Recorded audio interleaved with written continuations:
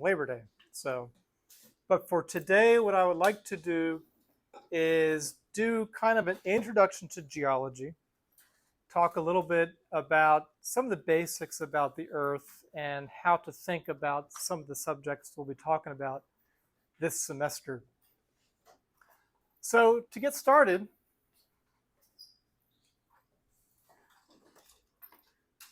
when we talk about geology, I think a lot of people have in their head rocks. And certainly that's a part of it. But what it actually is all the different Earth systems that happen on our planet kind of put into one pot. So if you think about the planet, most people think of geology as being the solid Earth, the rocks. You also have the hydrosphere, which is all the water on the planet. The oceans, the rivers, the streams, the glaciers. The atmosphere, atmospheric water, carbon dioxide, things like that, all working together. And then you've got the biosphere, which of course is all the life on the planet. All this stuff is related and interrelated. For solid Earth, people think of geology. For the hydrosphere, probably they think about geology too. For the biosphere, you think of biology. For the atmosphere, you think of maybe meteorology. And there's a whole bunch of chemistry and physics in there as well. But they are all related. They're all different systems that really you cannot address on its own. When you talk about geology, you're going to be talking about biology, you're going to be talking about chemistry, you're going to be talking about physics, you're going to be talking about the hydrosphere, the atmosphere. None of these exists in a vacuum on its own. They're all related to each other. This one particular slide that I put up next to it, let me go back and then come back. This is an earthquake that occurred off of Sumatra back in 2004. This was probably the most destructive and largest earthquake that we've had in recent memory. It created a tsunami which traveled across the Indian Ocean and kind of reverberated back and forth. It killed 500,000 people in 2004. So quite the event. Because the people that were affected were relatively remote, it didn't make the news, and it was a big deal at the time. But it was fairly remote. And so the full extent of the damage really wasn't learned to some extent until years after. But the earthquake took a chunk of the Earth's crust underneath the ocean and lifted it 20 feet in one fell swoop, which displaced the water in this basin, and that caused earthquake waves to propagate back and forth, creating a tsunami and just lots of damage. Yep. How long would it take for that tsunami wave to get all the way to Africa? These tsunami waves move about as fast as a jetliner. A what? A jetliner, yeah. They will move several hundred miles per hour across the ocean basin. So it'll be there in a day. Hours. Hours. Now, that's not to say there's this giant wave propagating across the ocean basin like you might see in some movie. You know, it's not built up when it's traveling across here. You can be on a sailboat, probably wouldn't even realize it. Yeah. It's not until it gets into shallow water that it kind of rears up and then becomes that sort of thing you see in the movie. We'll get to that a little bit later on in the semester. But, you know, to answer your question, though, when that energy starts to interact with the coastline, interact with shallow water, lots of things begin to happen that are very difficult to predict. How big is the wave going to be? How much energy is going to be released? How far inland is it going to come? And it's very hard to predict what's going to happen. And that's because of this thing called chaos theory. Chaos theory is basically a way of saying there are so many variables to take into account when you're trying to describe something that the end result can be very difficult to predict. That's specifically important when it comes to Earth systems like meteorology and trying to forecast volcanic eruptions and trying simply to forecast the weather. There's something called the butterfly effect. A butterfly flapping its wings in Asia modifies the atmosphere just enough to affect our weather a couple weeks later here. Now, obviously, that's not going to, be a big deal. But the point is that if you're using a weather model to try to forecast the weather here 10 days from now, that weather model is only going to be as good as the sheer number of variables you can input into the program over a series of time, or a period of time.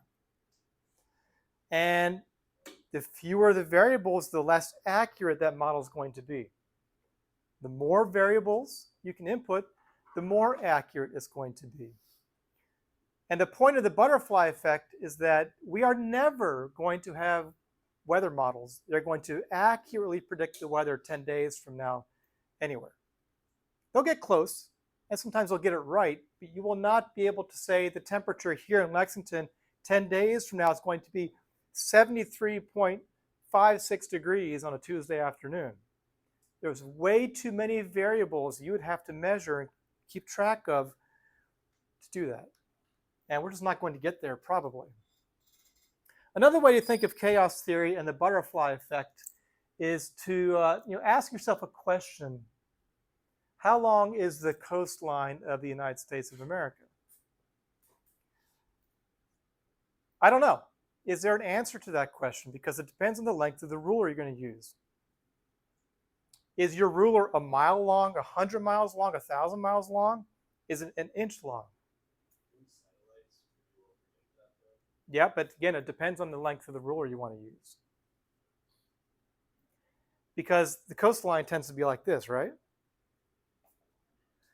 How do you measure something like that? Is your ruler this long? So you can just kind of go bing, bing, bing, bing, bing, bing, bing, and come up with a number? Or is your ruler only a foot long, in which case you have to go in and out all the little bays and things like that, which will increase the length of the coastline quite dramatically. In fact, looking at this map, which state in the lower 48 has the longest coastline?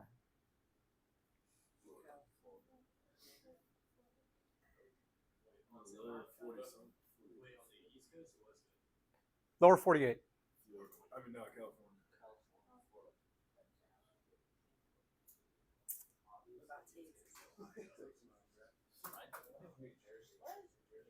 Maine. Maine. Because all the little fjords and inlets and islands and things like that. Maine has the longest coastline. But that also depends on the length of the ruler. Again, if your ruler is short, say a mile, it's Maine. If your ruler is 100 miles and that ruler isn't enough to bend around all the little bays and things like that, it's going to be something like California or maybe Florida.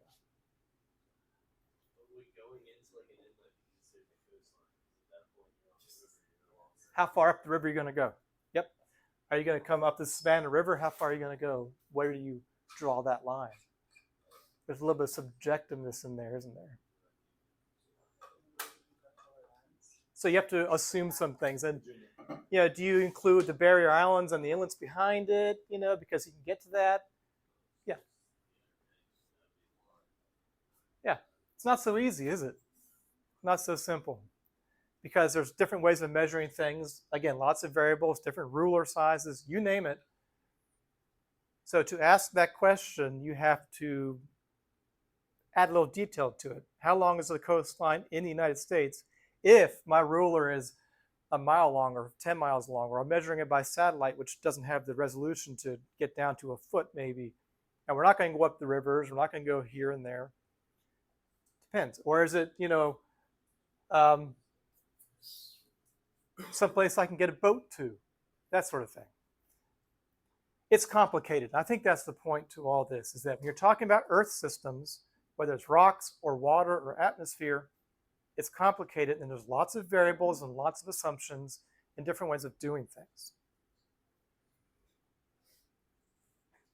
Earth systems are all interrelated, and very small variables have a big impact on its outcome, whether we're talking about an earthquake or volcanic eruption, or the fact that maybe there'll be a hurricane working through town that will put 10 inches of rain in Lexington, and what's going to flood, what's not going to flood. Lots of variables.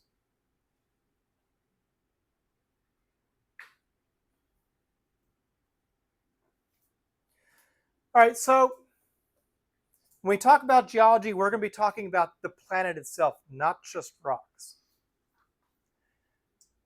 Now, let me back up a little bit, though, and talk a little bit about science itself. When people do science, whether it's geology or physics or chemistry or engineering, whatever it happens to be, all science really is trying to figure out how something works. It's no different at all from a mechanic working on your car. This is an engine. Let's take it apart and figure out how it works.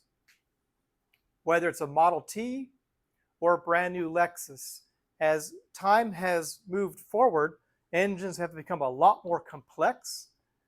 As knowledge has been gained into how to make them work, make them efficient, make them faster, make them more reliable. But working through all that, it's a matter of taking the engine apart, figuring out what works, what does what, and then being able to repeat that independently. So it's one thing for one mechanic in California to take apart a new engine and figure out this does that does this is what that's made of, and energy is transferred to the wheels and makes the car go forward. And that mechanic can describe to another mechanic across the country that this is how this engine works, and I can give you a bunch of documentation, and the other guy can repeat that independently and say, oh yeah, that is how it works. It's great, and I can repeat this. That's all it is, whether we're talking about microcellular biology or how a volcano erupts or what the weather's going to do. That's all science is zooming in on how things work, why things work, and can we figure it out, can we understand it, can we predict it, and can anybody do it? That's all science is. Now, most of this kind of knowledge is relatively new as far as human civilization is concerned. It has only been since about the mid-1800s that this idea of science, of being able to look at things and try to figure out how they actually work, has come into fruition. It's only been about 150, 60, 70 years. Before then, we didn't have the knowledge base to really understand how things work that well. We didn't have the tools like we have in today's world to take things apart and measure them. And so, for example, this idea called catastrophism, for many, many eons, it was assumed that most of the great landforms on the planet, like the Grand Canyon, were formed by some great catastrophe, because how else could they form? A mountain range like the Rockies, where rocks are thrust up into the atmosphere. Must have been some catastrophe to cause that to happen. What could it possibly have been? Or the Grand Canyon, it must have been this giant flood that scoured the land surface and caused this canyon to form, because what else could it have been? And so because we didn't really have the knowledge base to take things apart like we do in today's world, these were the kinds of explanations that were used to describe the impressive land features on the planet, like the Grand Canyon or a giant mountain range or something like that. Because it didn't really have any other kind of explanation. That began to change when science kind of came into fruition in the mid-1800s. Knowledge base began to grow, tools became more sophisticated, and people started to try to sit down and figure out how things worked. And so in Edinburgh, in the mid-1800s, there was a fellow by the name of James Hutton, who lived there and began to study the rock formations just outside of Edinburgh. A guy by the name of James Hutton. And this guy rather than just writing off something as, a great earth upheaval or, a great flood or whatever, um, began to study the rocks and try to figure out how did they actually form? What's going on here in detail? And by looking at this section of rocks, which are volcanic in nature, he came to the conclusion that these volcanic rocks were not put here by some great upheaval, layer upon layer upon layer upon layer, all at one time. In fact, it was a series of lava flows that piled up layer by layer over a period of time. And it wasn't some great catastrophe that did it. It was just lava flow on top of lava flow over many, many years. He came up with this idea called uniformitarianism, in that all these great landforms on Earth, maybe they weren't some great catastrophe, some grand catastrophe. Maybe the actual reality was pretty boring, in that lava flows build up one on top of another, sediment layers build up one on top of another, piece by piece by piece, but instead of very quickly, very slowly, one after the other. And that some of these land features that maybe we assumed were great catastrophes, in fact, were not, but then that came into fruition very slowly over time. And that the one piece of knowledge that we didn't have is this idea of time.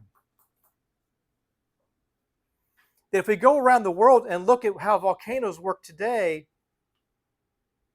we see how lava flow on top of lava flow builds up in some cases, and you can end up with a very thick section of rocks. It just takes a long period of time to do. It doesn't have to happen all at once.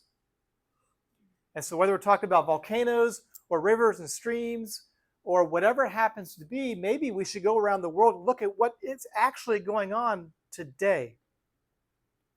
What's the river process happening today? What's the volcanic process happening today? What's going on with groundwater? What's going on with sediment? Whatever it happens to be, and use what the Earth is doing today as a key to looking at what we see in the rock record. And not come up with these grand explanations, but instead look at what's going on with the planet today and figure out how things may have taken time to occur. But the one thing that was missing is this idea of time. And until we got into the mid-1800s, the idea that the Earth was very old and that things took a very long period of time to happen was relatively foreign. But by looking at how things are happening on the planet today and how long it takes for things to happen, you can get this idea that the planet is very old. And they were able to go out and measure certain processes like sediment accumulation and volcanic eruptions and things like that, and come up with the idea that the Earth is in fact quite old. They didn't know how old, because we didn't have age dating techniques back then. They had a pretty good idea that it was probably billions of years old, but they didn't know exactly how old. So they came up with this thing called the geological time scale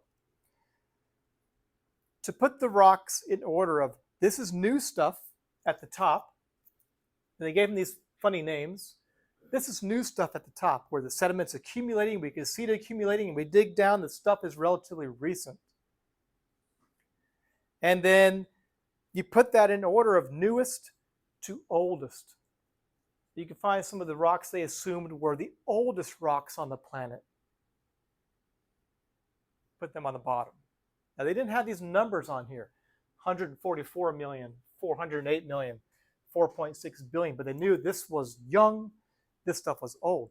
This might be a really stupid question, but since the layers that keep piling up on Earth, was the Earth much smaller back then? Same size. Same size, just more molten versus solidified. Oh. It's a good question, though, yeah. It's a good question. It's a good question, and you're right to a certain extent, with a very small technicality I'll get to later on in the semester. So, one thing that these people did notice, though, is that when they looked at the fossils in the rocks, it turns out that the very basic life on the planet, multicellular organisms and things like that, only existed in the rocks that they figured out were very old. And as the rocks got younger and younger and younger, based on their positioning of the rock layers, you went from primitive life in the oceans to the first land plants, and then the first amphibians, first mammals, dinosaurs, and then where we are today, that sort of thing. They didn't have ages on this stuff, but they were able to put it in order of this is younger, this is older. This idea of geological time is that our planet is quite old, and in fact, in the case of something like the Grand Canyon, you don't need this giant flood that happens and scours the land a mile deep in one fell swoop. All you need is the Colorado River running at the bottom of the canyon, scouring that little by little every year. And in the case of that part of our country, it's being pushed up on from below a little bit. The land is uplifting. And whenever you uplift land from below, rivers with sand in them just scour through whatever the rock happens to be, like a hot knife through butter. And so you don't need. Sorry for us. No, it's fine. With the Grand Canyon, did the river actually used to be like that wide, or is it like a road down? Well, yeah, all you need is time, right? So it erodes maybe, that much every year, right? So all you need is a lot of years to get it as deep as it did. But rivers meander, and they work on their riverbanks. And so, no, it wasn't that wide. It's just that as it worked its way down, there was enough erosion on the sides of it to cause it to widen. We'll get to that when we get to rivers and streams later on. But you don't need this huge flood. All you need is this much time every year and a lot of years to do it. And it continues to do it. Now, in today's world, we have lasers and we have different tools to measure how quickly this is happening and how quickly the land is rising up in that area and stuff like that. We get the rate of erosion that occurs every single year on the river. So now we have more tools, we have more knowledge to go out and actually measure it and understand it. But that took time to figure out. It's taken 150, 60, 70 years to go from that must have been some great event to, oh, in fact, actually, no. We can go measure this stuff now and figure out what the rate of erosion is going to be, how much water it's going through, what all kinds of variables are to produce this canyon. Now, that said, that's not to say that on this planet, catastrophic things never happen, because they do. You get big volcanic eruptions, you get big earthquakes, you get big floods. And I think in this course, one of the things that some people get confused about is that we are going to be talking about processes that happen very slowly, as fast as your fingernail grows. Like the Appalachian Mountains wearing down because of erosion. Or plate tectonics moving things around on the planet. River flooding, that sort of thing. And then we're going to mix that up with catastrophic events like a major flood or a major volcanic eruption or earthquake or something like that, and put those both together. So uniformitarianism says that, a lot of this stuff that happens on the planet is pretty boring and happens pretty slowly. But there's excitement too. Things also happen boom, boom, boom, boom, boom very quickly. And it's easy to confuse the two. Another thing, as far as time is concerned, is that we're talking about a lot of time. Humans are used to thinking in terms of 100 years, I would say. You get 1 year, 10 years, 100 years, no problem. Your mind can deal with that. 1,000 years, okay. 4,000 years, you go back to the Egyptians or something. You can sort of deal with that. But how about 100,000 years? Or even worse, 1,000,000 years or 100 million years. You cannot grasp that time because we don't have that sort of ruler in our heads to judge that sort of passing of time by. So when we talk about geologic time, we're going to talk about the age of the Earth being 4.6 billion years old. because we have age dating techniques now. We can age date these layers of rocks that the old timers put in order of youngest stuff to oldest stuff. And sure enough, they were correct in how they had the order. But now we can put physical age dates on them because we have all these chemical analytical techniques to age date this stuff. And they were right. And the oldest stuff we get on this planet is about 4.6 billion years. Billion. Stuff in the solar system that comes in a little bit older than that. So the Earth, based on the ages of the rocks that we see, 4.6 billion years. So you can't quite put that in your head, right? So it's easier to sort of put it in the scale of one human year. January 1st, origin of the planet, origin of the solar system, and New Year's would be today.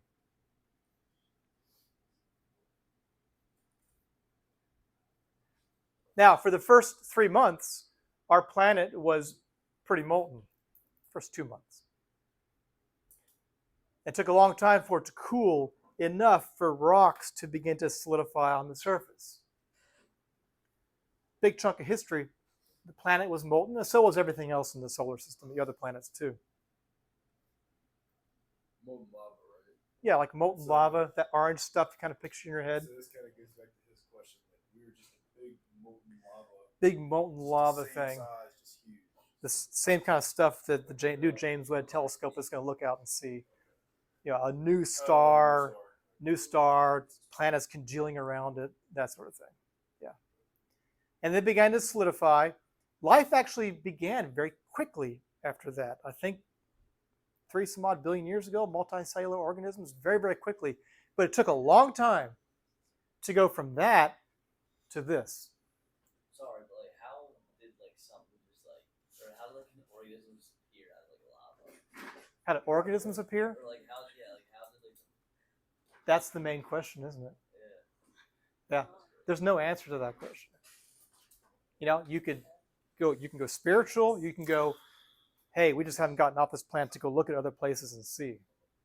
You know, that's the main question, you know. How did life begin on this planet? And does that translate into little green men and flying saucers from other planets watching us, you know? Believe in aliens? 100%. I'll get to that. I'll get to that. But the point is that life on the planet for a big chunk of time was only multicellular for a long period of time. And to get to a life form that you would recognize, that began in the oceans, and you're talking May.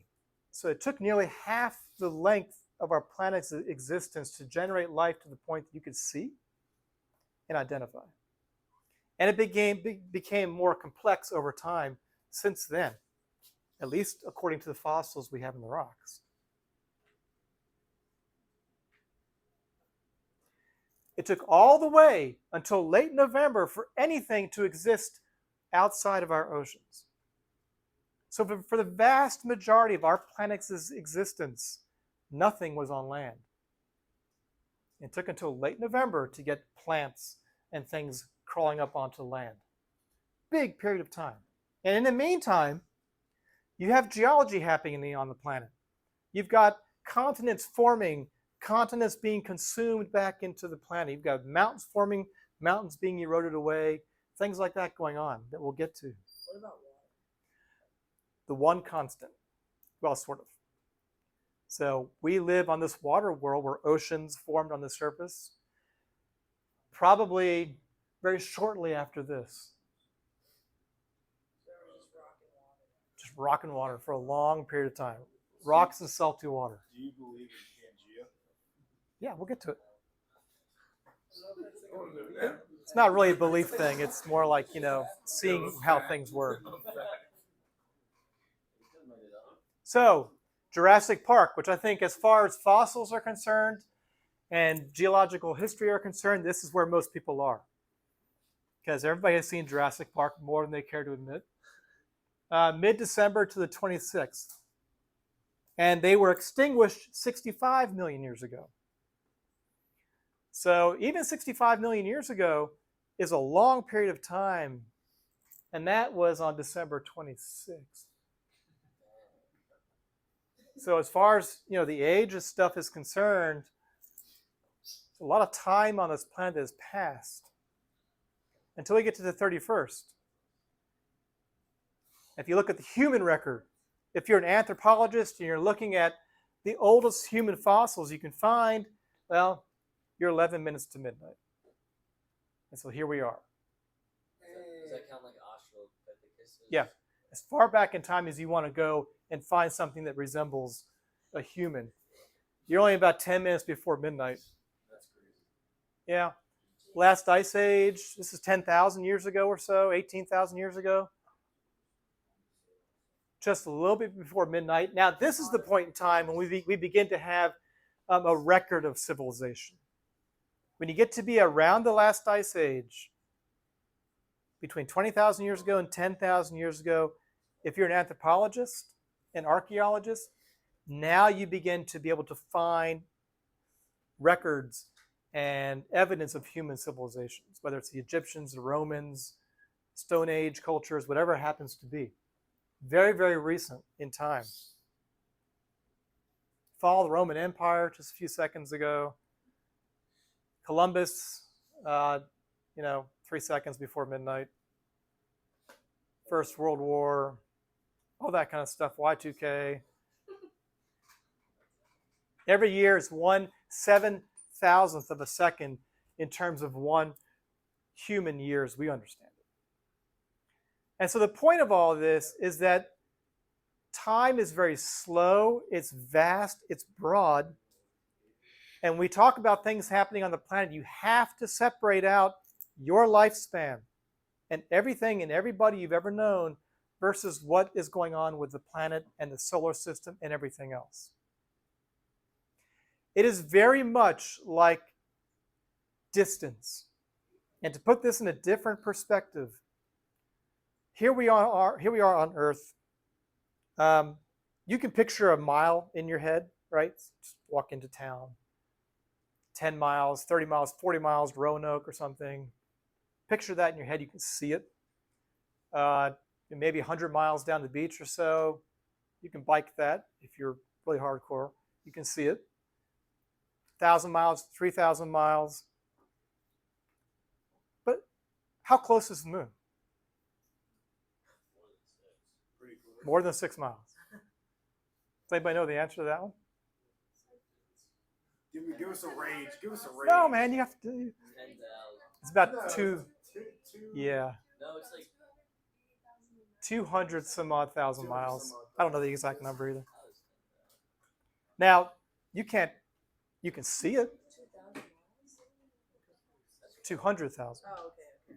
some odd miles. Right. You can see that. How about Mars? How far away is Mars? I don't know. That depends on where it is in relation to Earth. Something on the order of 80 some odd million miles. What? Long ways away. Mars. That's why it takes so long to get there, because we have slow cars. Facts. FedEx, yeah. Long ways away. Elon's gonna get 3 cars. So that's all fine and dandy, but we live in the Milky Way galaxy where there are 100 trillion stars of some kind, a huge number of stars, suns like ours. How far away is the nearest one? 4 light years. 4 light years. It's something on the order of multi-trillions of miles away. I don't know the exact number. It's so far away. The nearest one is so far away, we use a different unit to measure the distance. Light year. So a photon travels at 186,000 miles per second. That's pretty fast. Speed of light. So if you travel at 186,000 miles per second, it's going to take you 4 years to get to the nearest neighbor.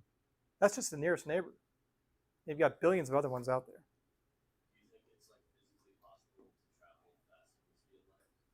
Then you'd be time travel. That's a different subject too. That's facts. That's No. With using proportional technologies that we understand, No. But that's not to say that there's other things out there, a la Star Trek, that might be able to get around that rule. But that is, I'm a geologist, not a physicist.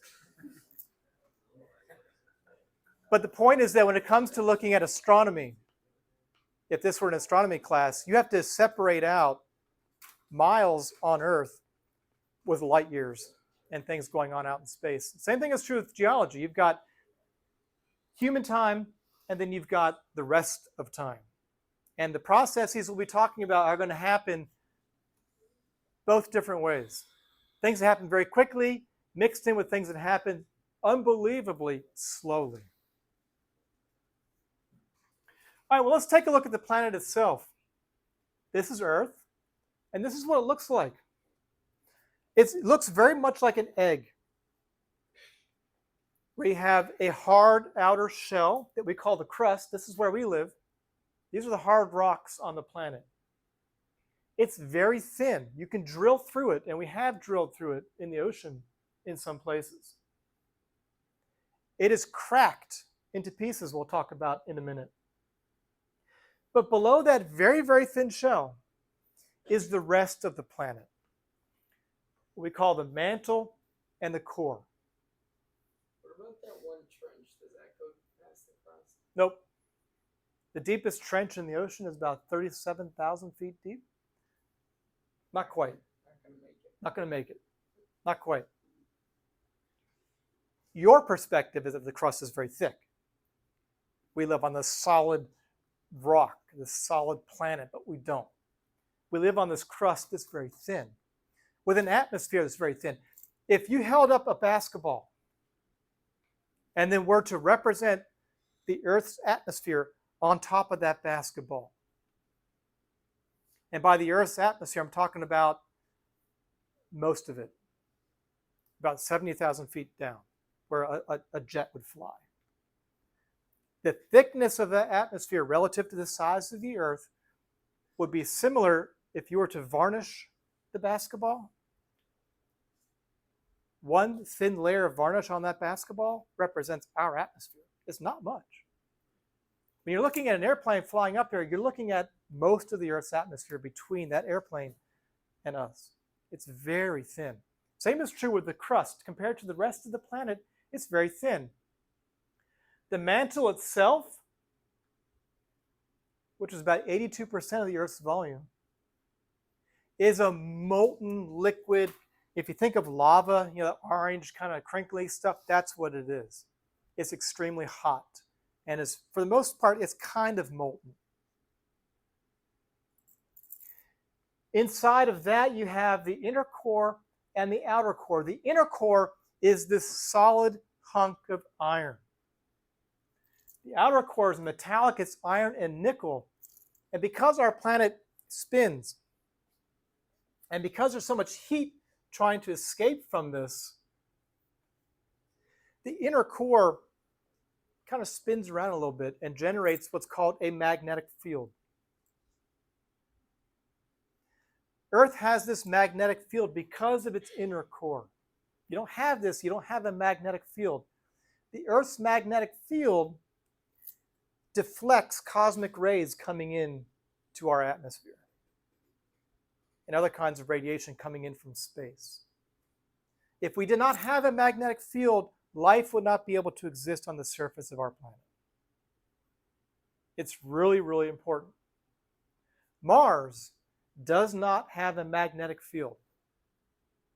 Humans will never settle Mars like I believe some people think we might. Even if we have like a dome around, You have to be underground.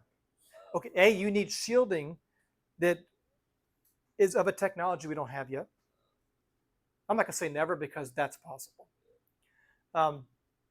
Or you need to be underground. But you're not going to live on the surface of Mars more than a few months or a couple of years before you get cancer. isn't there right now we're researching a way to replace our current atmosphere because we're kind of destroying it? Ours or the one on Mars? Ours, but couldn't we use that to recreate it around Mars? A thick atmosphere does provide some protection, but only some. Like there are like massive sandstorms and stuff on Mars too that like just kill everything. Yeah, Mars is kind of a nasty planet in a lot of respects. How hot is it? I mean, It's good obviously like it's hot. Mercury or not. Temperatures in here are about 2,000 degrees Fahrenheit plus. And the heat is constantly escaping. And that heat that is escaping, our planet drives everything. It drives this thing called plate tectonics. There's so much heat in our planet, and that heat has to get out. And that heat and the water we have on the planet has produced our atmosphere. It has produced our biosphere, has kept our planet habitable, and drives this crust on our planet that's broken up into what are called tectonic plates. These tectonic plates move around and interact with each other. These tectonic plates allow the recycling of nutrients into our atmosphere, into the soils and the crust. And that, in combination with the water on our planet, allows life to be so predominant and keeps life on this planet in a way that Mars, which doesn't have plate tectonics, doesn't have a lot of water or a way of moving this stuff around and recycling it, doesn't have, combined with the fact there's no magnetic field on Mars, I think the chances of us finding life on the surface of Mars are very, very close to zero. Which isn't to say we won't find fossils or things like that, or maybe something underground. That's probably about it. But what makes us think that Mars needs for life for the same for all forms of life? We don't know. There might be silicon-based life that we don't understand yet that can withstand that. Yeah. So until we go look, we're only basing this knowledge based on what we see on this planet. Absolutely, that's true. Yep. How do Earth, like, don't most of the tectonic plates whenever they're like shifting, isn't that what's the cause of earthquakes? Yeah, so if you take that eggshell and break it up into pieces, we have about a dozen or so big pieces on this planet, and they move around. They move around. They bang into each other, which makes mountain ranges. They pull apart from each other. They slide past each other. All that kind of stuff generates earthquakes, in addition to other features that we're going to talk about. It's like ice that breaks up on a pond, if you've ever been, which is obviously not very common in Virginia or Las Vegas. But when ice begins to break up on a pond in the spring, they can bang into each other, they can pull apart from each other, they can slide past one another, and it creates lots of havoc when that happens. What's that one organism that's like extremely small, like it's a microorganism that's on Earth that can survive like pretty much anything? Yep. Yeah, exactly. Yeah, couldn't something like that survive on Mars? Probably, but not indefinitely. Even that indefinitely will be nuked by the radiation. It's much more robust than we are as far as that goes. That's the thing. Until we get there and look, chances are very close to zero. I didn't say zero. Very close to zero. So we just throw a bunch of those on Mars and see what happens. Come back in 100 million years and see what's going on. Yeah. Yep. We're going to begin by talking about plate tectonics because this is the dominant process on this planet controlling everything else, the atmosphere, the biosphere, the rocks, rivers and streams, erosion. Your life is dominated by these plates and this plate tectonic process. And this process itself occurs very slowly. These plates are moving around on our planet as fast as your fingernail grows. And every now and then you get this big thing happening like an earthquake or a volcano as a result of it. But for the most part, it's a very slow, tedious process. Now, we have technology in today's world. We can measure the rate of stuff, lasers and satellites. We can see it moving and all this kind of stuff. In the old days, they didn't have that. They had to use other methods to figure this out, which we'll talk about. Well, with respect to that, the Second World War leading up to today's world. So we'll start with this because this is the underlying process on our planet. Everything else we talk about during this semester will kind of feed off of this. That's it for today. Questions at all?